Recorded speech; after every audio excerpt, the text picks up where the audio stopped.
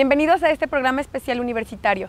Mi nombre es Aline Huerta y con todo gusto los invito a que nos acompañen a ver la serie El Pueblo de México. El tema del día de hoy, geografía y demografía de nuestro país.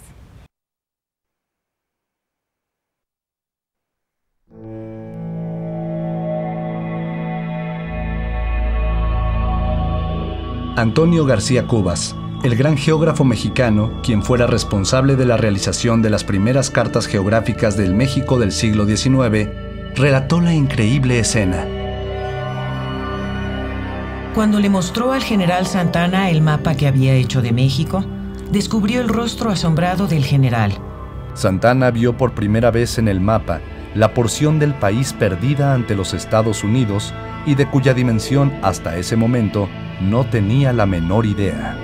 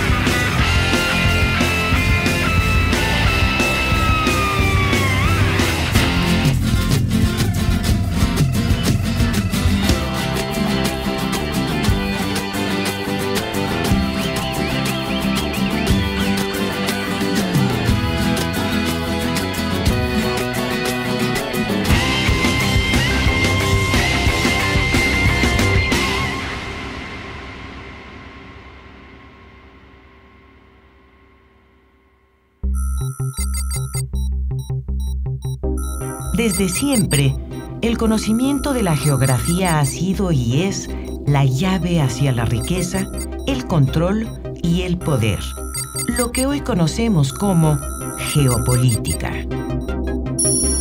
Hace más de medio siglo, el investigador alemán Arno Peters presentó su mapa que muestra un mundo proyectado por los kilómetros cuadrados reales de cada territorio y no por su poder político o económico.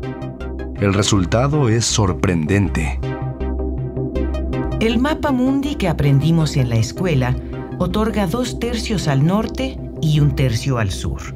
Europa es, en el mapa, más extensa que América Latina, aunque en realidad América Latina duplica la superficie de Europa. La India parece más pequeña que Escandinavia, aunque es 3 veces mayor. Estados Unidos y Canadá ocupan en el mapa más espacio que África, y en la realidad apenas llegan a las 2/3 partes del territorio africano. El mapa miente. La geografía tradicional roba el espacio, como la economía imperial roba la riqueza, la historia oficial roba la memoria y la cultura formal roba la palabra.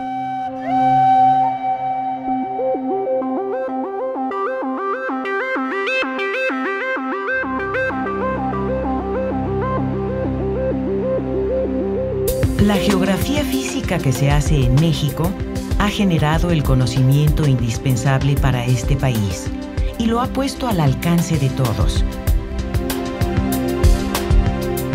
Por su ubicación geográfica, México pertenece tanto a Norteamérica como a Centroamérica.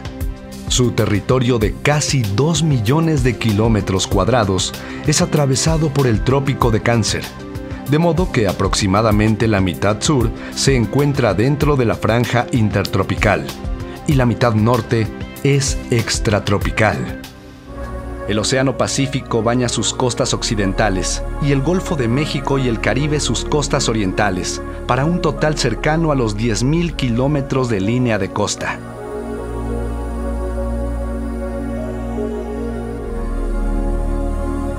La gran diversidad de climas de que gozamos son el resultado de los rasgos físico-geográficos de México, que están definidos por su situación en el norte de los trópicos, por la influencia de los mares circundantes y por una compleja historia geológica que ha producido, entre otras cosas, una gran amplitud actitudinal, o sea, muchas alturas, muchos climas, muchos tipos de vegetación y una increíble variedad de fauna.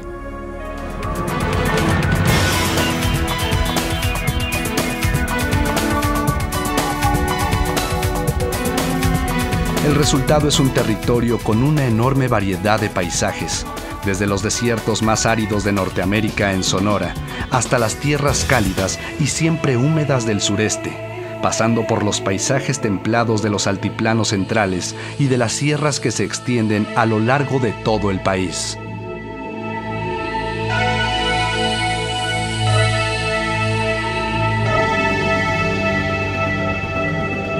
El Cinturón Volcánico Mexicano es una cadena de volcanes que atraviesa el territorio desde cerca del Pacífico hasta cerca del Golfo de México, siendo varios de ellos activos: el Citraltépetl, Popocatépetl y el de Colima principalmente.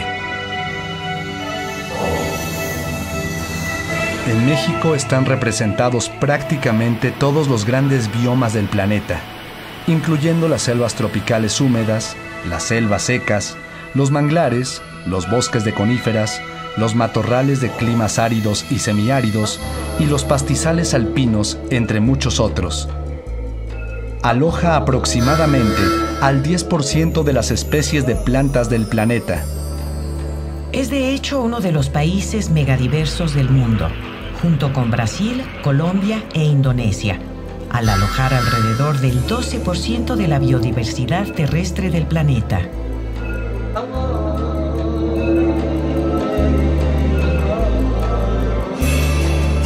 Variedad de suelos y de altitudes. Variedad de climas. Variedad de vegetación y fauna. Y variedad de culturas.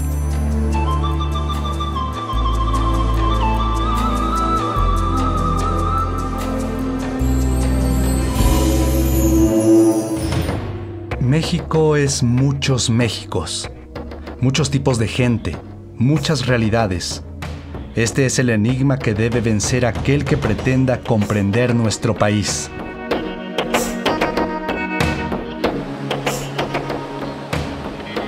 Junto a los ríos, las montañas, los climas, la vegetación, la humedad y el agua, vive la población con características diversas. Pero también hay cosas intangibles que se pueden interpretar, como la economía, la modernidad, las características urbanas o rurales, si hay pobreza o si una población cuenta con servicios de salud adecuados.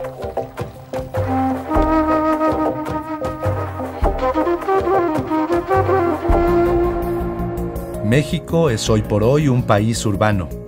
Cerca de 90 millones de mexicanos viven en áreas urbanas cuya distribución territorial forma una compleja red de lugares de distintos tamaños, algunos muy grandes y muchísimos muy pequeños.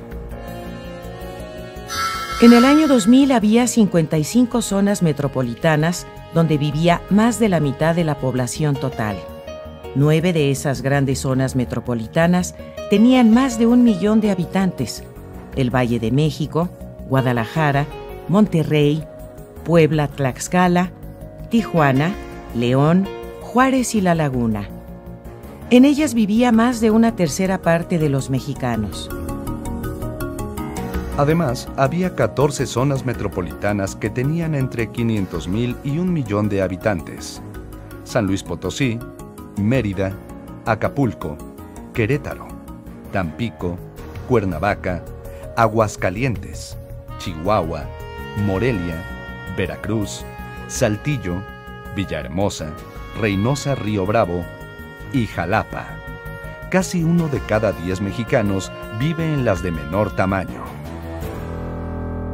En México conviven 2 mundos: uno productivo, influenciado por los dictados de la globalización, de la modernización, y otro remanente de modos de producción artesanal y tradicional. Debido a su localización geográfica, México es un país donde la ocurrencia espacial y temporal de fenómenos naturales implica la presencia de distintos peligros de origen natural, tales como la sismicidad, la actividad volcánica, la inestabilidad de las laderas, los huracanes y las inundaciones, principalmente. Las amenazas o peligros son entonces eventos físicos potencialmente perjudiciales que pueden causar la muerte o lesiones, daños materiales. La forma en que ha evolucionado la población de este país ha sido un proceso interesante pero complejo. Porque no siempre fue un país de más de 112 millones de habitantes. Hablar de la evolución de la población mexicana en los últimos 110 años es dar cuenta de cómo una población de casi 14 millones de habitantes que había en 1900 se convirtió en una de más de 112 millones en 2010. El número de habitantes se multiplicó por más de 8. Situación difícil de imaginar y que ha implicado transformaciones profundas en todos los ámbitos sociales.